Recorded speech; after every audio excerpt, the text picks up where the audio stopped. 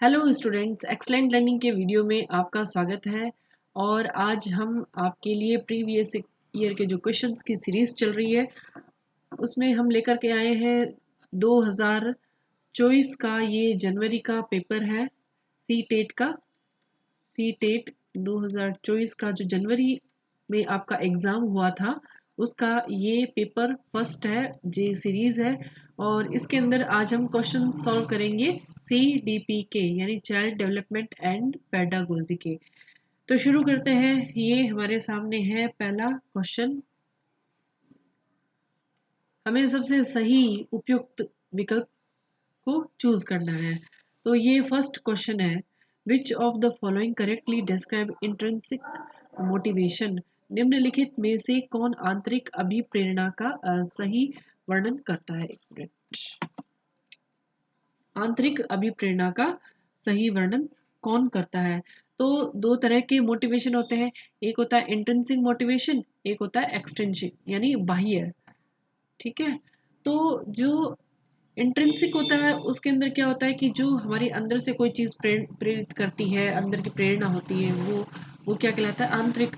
और बाह्य जो होता है जिसके अंदर प्रलोभन आ जाते हैं, प्रतिस्पर्धाएं आ जाती है, किसी और को चीज़ को देख करके बाहर से ही प्रेरित होना, तो वो आ जाता है एक्सट्रिंसिक में।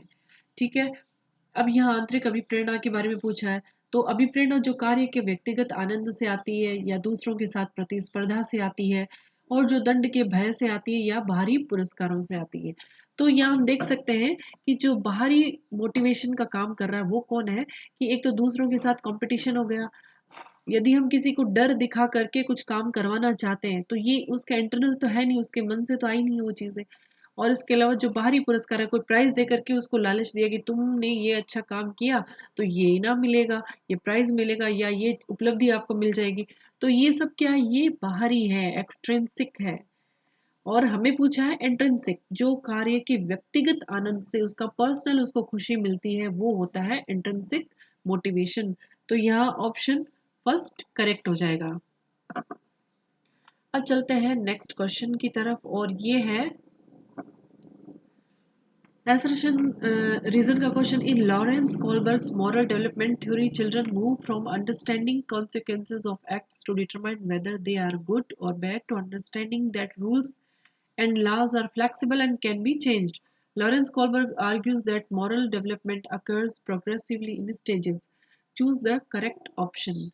अब लॉरेंस कॉलबर्ग की जो नैतिक विकास का सिद्धांत हमने पढ़ा है उसमें हमने पढ़ा है कि बच्चे का नैतिक विकास जो है वो 3 स्टेजेस में होता है, और वो जो 3 स्टेजेस है वो आगे 6 सब स्टेजेस में डिवाइड होती है, और इस तरह से एक बच्चे के अंदर नैतिक विकास होता है।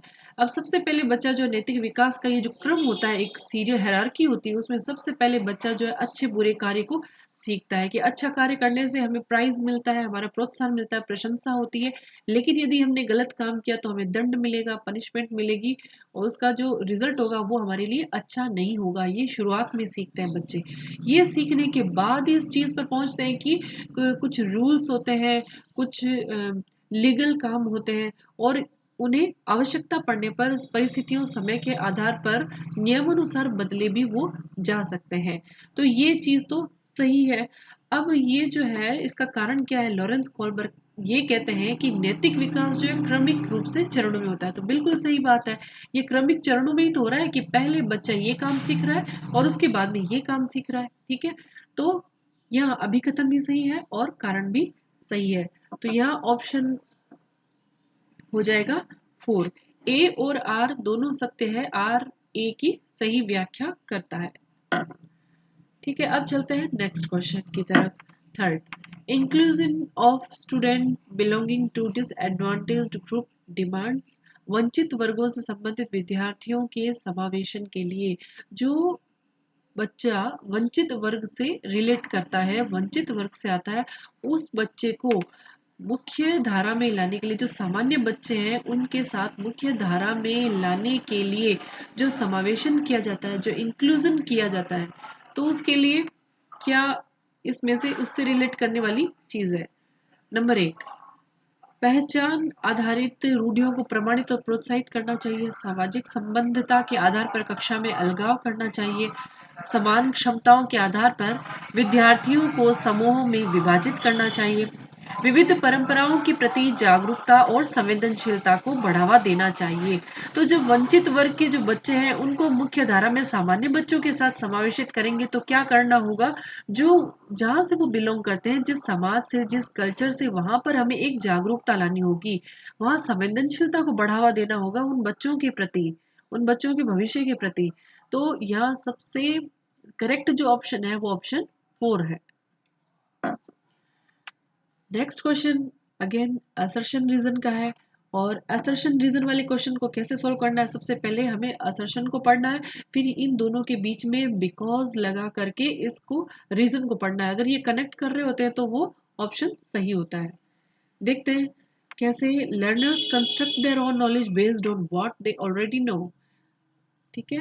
Finding patterns and making linkages with previous knowledge helps learner to process information meaningfully. शिक्षार्थी जो पहले से जानते हैं उसके आधार पर अपने ज्ञान का निर्माण करते हैं। क्यों? क्योंकि पैटर्न ढूंढना पिछले ज्ञान के साथ जुड़ाव बनाने से शिक्षार्थियों को जानकारी को सार्थक रूप से संसाधित करने में मदद मिलती है। बच्चे जो है वो पहले से जो चीजें जानते हैं, अब उनके बाद में उसे नया ज्ञान दिया जाता है, तो उस नए ज्ञान से जुड़ी हुई जितनी भी छोटी चीज हो चाहे बड़ी चीज हो, उससे कोरिलेट करके अपना वो नया ज्ञान है उसको बनाते हैं, निर्माण करते हैं। ठीक है। क्यों करते हैं ऐसा? क्योंकि जब हम पिछली जो हमारे नॉलेज है उसके साथ नए ज्ञान को कोरिलेट करते हैं तो हम जो सीख रहे हैं उसको सार्थक रूप से सीख पाते हैं। तो ये दोनों ही चीजें सही हो रही है, इसका रीजन भी सही है। तो इसके अंदर भी ऑप्शन कौन सा सही हो जाएगा? 4।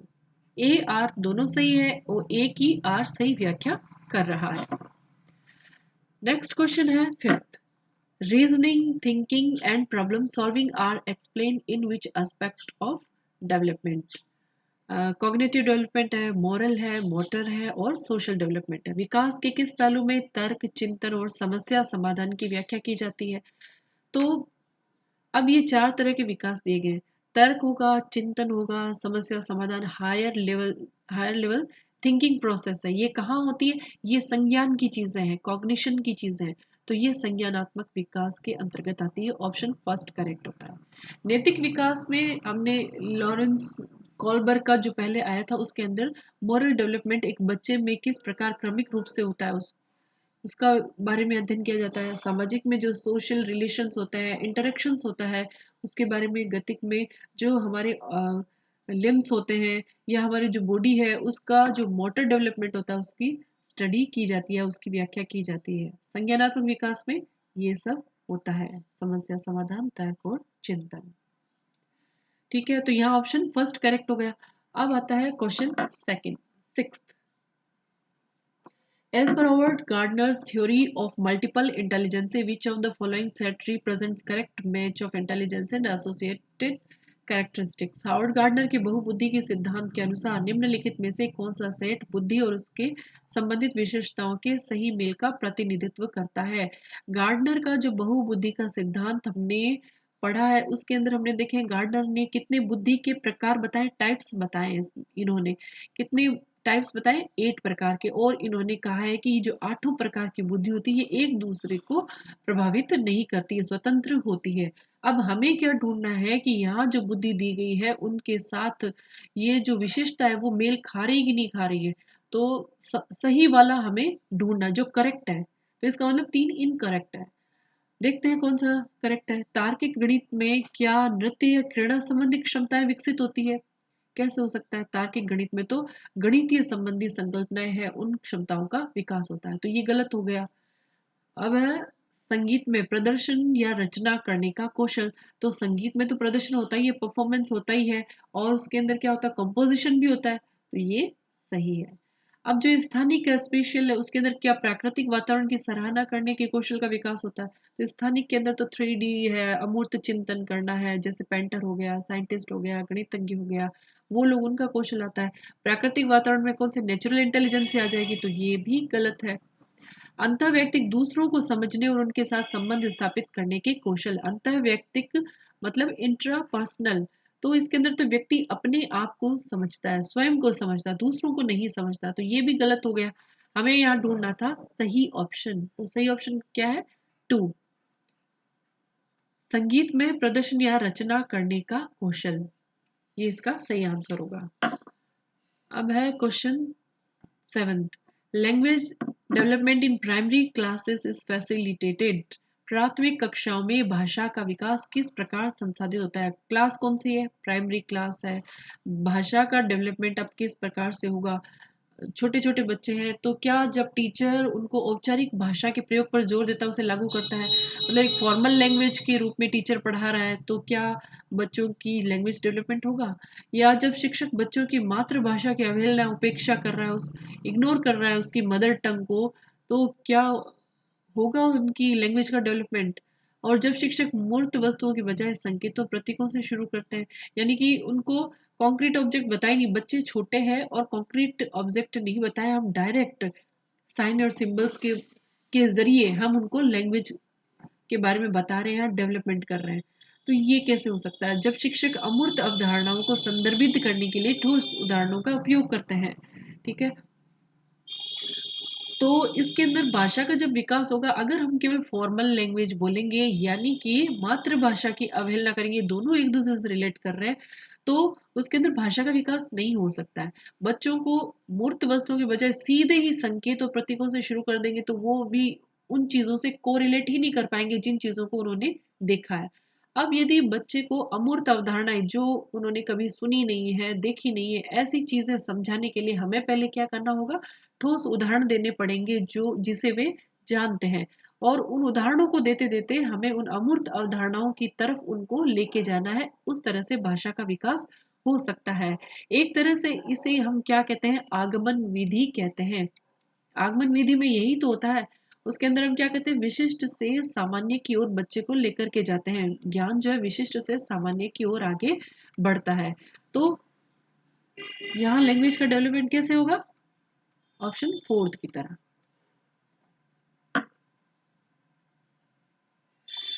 अब है क्वेश्चन, नेक्स्ट क्वेश्चन है हमारे पास में, ये एक सेकेंड।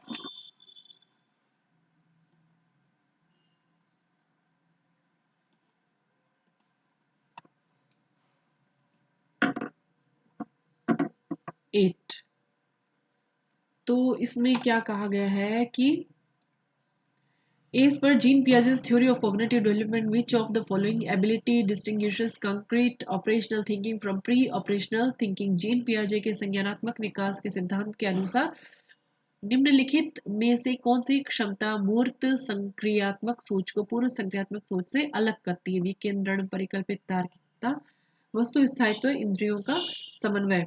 जीन पियाजे ने संज्ञानात्मक विकास की 4 स्टेजेस बताई है। ठीक है, सेंसरी मोटर स्टेज है, ठीक है, और उसके बाद में प्री ऑपरेशनल है, ऑपरेशनल है, और उसके बाद में ऑपरेशनल कॉन्क्रीट स्टेज है, ठीक है, और उसके बाद में फॉर्मल। तो ये 4 स्टेजेस बताइए। अब यहाँ से शुरू करते हैं। फोर्थ, इंद्रियों का समन्वय और वस्तु स्थायित्व जो है ये सेंसरी मोटर स्टेज में होता है। ठीक है, और परिकल्पित जो तार्किकता वो फॉर्मल स्टेज में होती है। अब इन्होंने कहा है कि कौन सी क्षमता मूर्त सोच को और पूर्व संज्ञात्मक सोच को अलग करती है, तो यहाँ सही ऑप्शन हो जाएगा विकेंद्रण, डिसेंट्रेशन। ठीक है, ऑप्शन फर्स्ट करेक्ट हो जाएगा।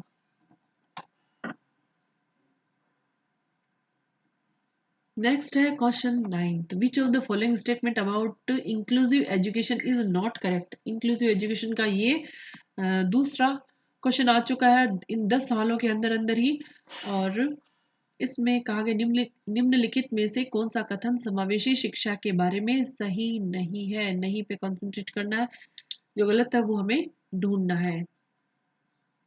तो समावेशी शिक्षण का अर्थ है उस शिक्षा शास्त्र को अपनाना जो सभी शिक्षार्थियों की आवश्यकताओं का समर्थन करता है। करेक्ट है ये। एक समावेशी कक्षा भाषा शैली में अंतर को समायोजित करती है और सहयोग को बढ़ावा देती है, ये भी सही है। निश्चित पाठ्यचर्या और मानक मूल्यांकन के आसपास ही एक समावेशी कक्षा का केंद्र होता है, तो संकीर्ण तो नहीं होता है ये कि इसके आसपास ही घूमता रहे। समावेशी शिक्षण का अर्थ है ऐसे तरीकों से शिक्षण जो बहिष्कृत न करे। बिल्कुल, समावेशी शिक्षा का मतलब है कि हमने सब बच्चों को, सभी जो एबिलिटी के बच्चों को एक साथ पढ़ा रहे हैं ताकि उनको बहिष्कृत ना कर सके, ये भी सही है। तो जो समावेशी शिक्षा के बारे में सही नहीं है वो कौन सा है? Option third. अब आता है question 10। According to attribution theory of motivation, which of the following is more likely to result in persistent effort and improved performance? अभिप्रेरणा का जो आरोपण सिद्धांत एट्रीब्यूशन थ्योरी है और निम्नलिखित में से किससे लगातार कोशिश और बेहतर प्रदर्शन की संभावना रहती है? हम किस तरह से अपनी मोटिवेशन को लेते हैं जिससे कि हमारा जो परफॉर्मेंस है वो बेटर हो? तो इनमें से कौन सा सही है? सफलता के लिए बाहरी आरोपण और असफलता के लिए आंतरिक। यदि हम फेल हो जाते हैं किसी काम को करने के लिए तो हम अपने आप को दोष देते हैं कि मेरी वजह से हुआ, मैंने ये गलती की, सिर्फ अपने आप को दोष देना। और यदि हम सक्सेस होते हैं तो हम सारा जो सफलता का है वो अपने आसपास के लोग हैं, सिचुएशन है, जो भी सर्कमस्टेंसेस हैं उनको हम क्रेडिट देते हैं कि उन सबकी वजह से ये हुआ है, मेरा उसमें कोई रोल नहीं है। तो ये भी सही नहीं है। इस तरह से मोटिवेशन कैसे मिल सकता है? क्योंकि कुछ एफर्ट्स तो हमारे भी खुद के भी रहे होते हैं सफलता में। असफलता और सफलता दोनों के लिए आंतरिक आरोपण।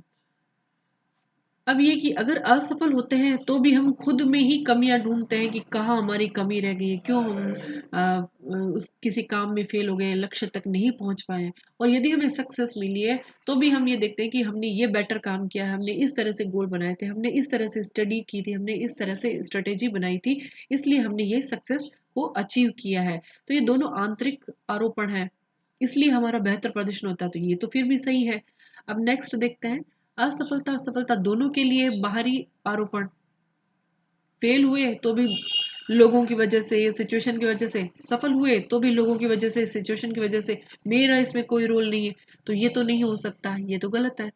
सफलता के लिए आंतरिक और असफलता के लिए बाहरी। यदि हम असफल हो जाते हैं तो बाहरी जो लोग हैं उन पे आरोप डाल देते हैं कि इस वजह से मैंने अपने लक्ष्य को प्राप्त नहीं किया है। और यदि मैं सफल हो जाता हूँ तो मैं क्या सोचती हूँ कि ये सिर्फ मेरी वजह से हुआ है, मेरे आसपास के जो सर्कमस्टेंसेस है उनका कोई भी रोल नहीं है, सारी सफलता मेरे कारण है। और फेल हुआ तो मैंने ये सोचा कि मेरी फेलियर के कारण क्या है, मेरे आसपास के लोग हैं, मेरी सिचुएशन है। तो ये भी सही नहीं है। तो अगर मुझे बेहतर प्रदर्शन करना है तो मैं क्या सोचूंगी कि अगर मैं सक्सेस नहीं होती हूँ तो इसमें मेरे फेलियर्स के कारण क्या है, अगर मैं सक्सेस होती हूँ तो उसमें मेरा क्यों, क्या रोल रहा है। तो आंतरिक आरोपण जो है वो इसका दोनों के लिए सही ऑप्शन होगा। तो स्टूडेंट्स ये था आज का वीडियो। इसके अंदर हमने जो आपका 2024 के अंदर जनवरी का अभी जो लेटेस्ट पेपर हुआ था सी टेट का, उसके सीडीपी के क्वेश्चन किए हैं। और नेक्स्ट वीडियो पे हम सीडीपी के नेक्स्ट 10 क्वेश्चंस लेके आएंगे। सीडीपी को कंप्लीट करने के बाद हम 2024 के जो मैथ्स के क्वेश्चंस हैं उनको एक एक करके सॉल्व करेंगे। तो इसी तरह से आप हमारे वीडियोस देखते रहिए और please like share and subscribe कीजिए। आपके सब्सक्रिप्शन हमारे लिए मोटिवेशन का काम करते हैं। नेक्स्ट वीडियो आने तक keep learning, keep watching excellent learning videos. Thank you.